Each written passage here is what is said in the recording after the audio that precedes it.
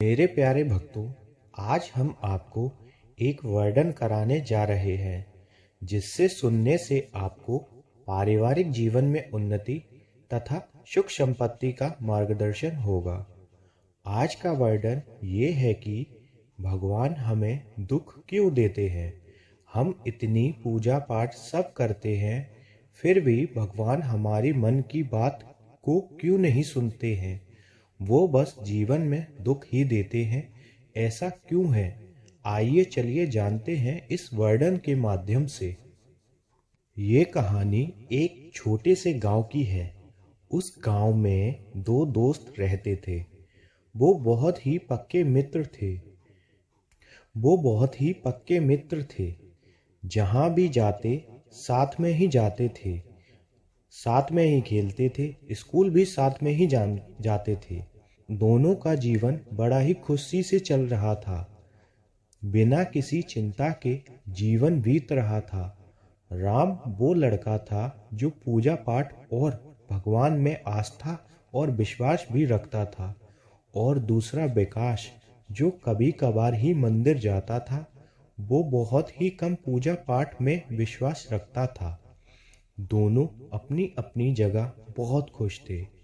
थोड़ा समय बीतता गया और वो दोनों थोड़े और बड़े हो गए। वो अब स्कूल की जगह अब कॉलेज जाने लगे। अब वो दोनों थोड़ा सा कम मिलने लगे, क्योंकि वो दोनों अब अपने कामों पर ध्यान देने लगे। समय और बीतता है। अब दोनों नौकरी की तलाश शुरू कर देते हैं और नौकरी के लिए पढ़ाई भी शुरू कर देते हैं। राम जो अपनी पढ़ाई करने के साथ साथ ही वो बहुत पूजा पाठ में ध्यान देता था। वो ये सोचता था, भगवान मेरी पूजा पाठ देखकर वो मेरे मन का फल जरूर देंगे। वहीं विकास बिल्कुल भी भगवान पर विश्वास कम करता था। वो कुछ भी नहीं करता था, लेकिन वो बहुत खुश रहता था। कुछ समय बाद विकास की नौकरी लग जाती है।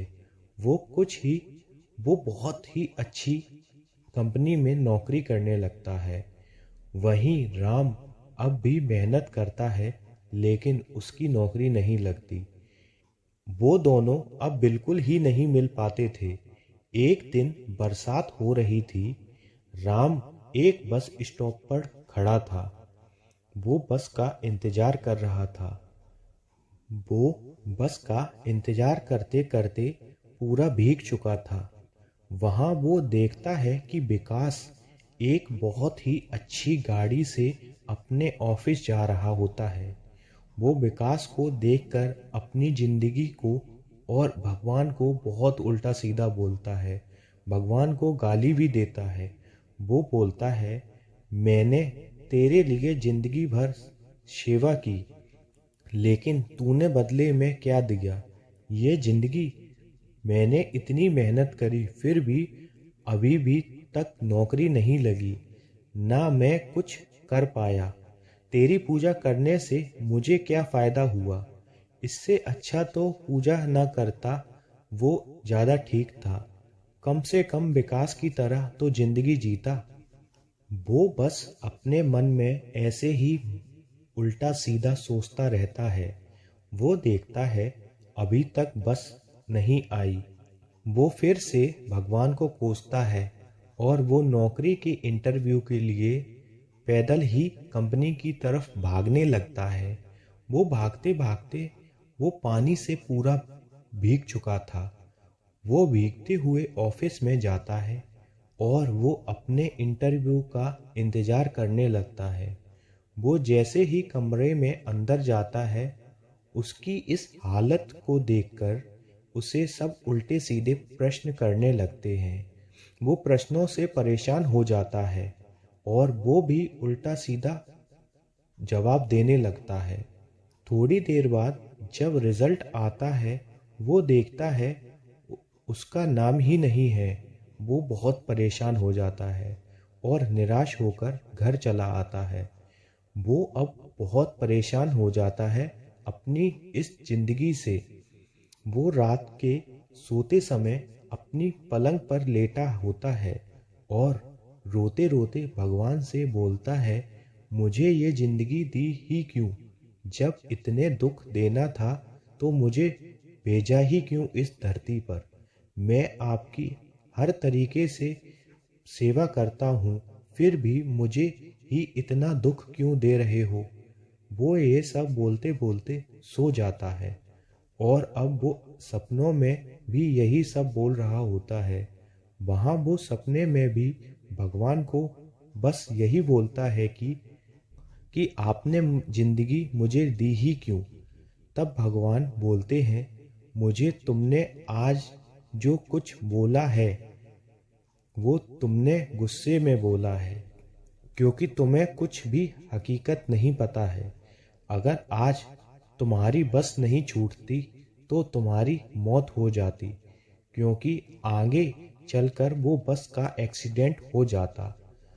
और जो तुमने इंटरव्यू में फेल हुए हो वो भी मैंने ही करा था, क्योंकि अगर तुम वहाँ तुम्हारी जॉब लग जाती तुम्हें वो 2 महीने में निकाल देते, फिर तब तुम और परेशान होते, इसलिए मैंने तुम्हें थोड़ा परेशान करा।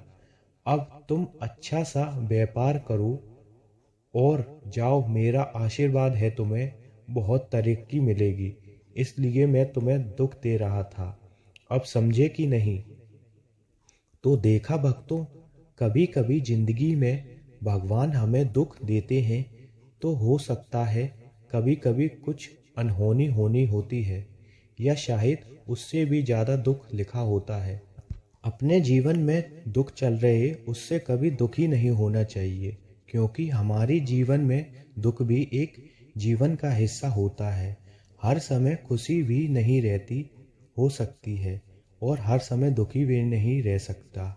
अगर आपकी ज़िंदगी में आज दुख चल रहा है तो कल आपकी ज़िंदगी में खुशी भी आएगी, ये तय है, क्योंकि ये भगवान का लिखा हुआ सब कुछ है।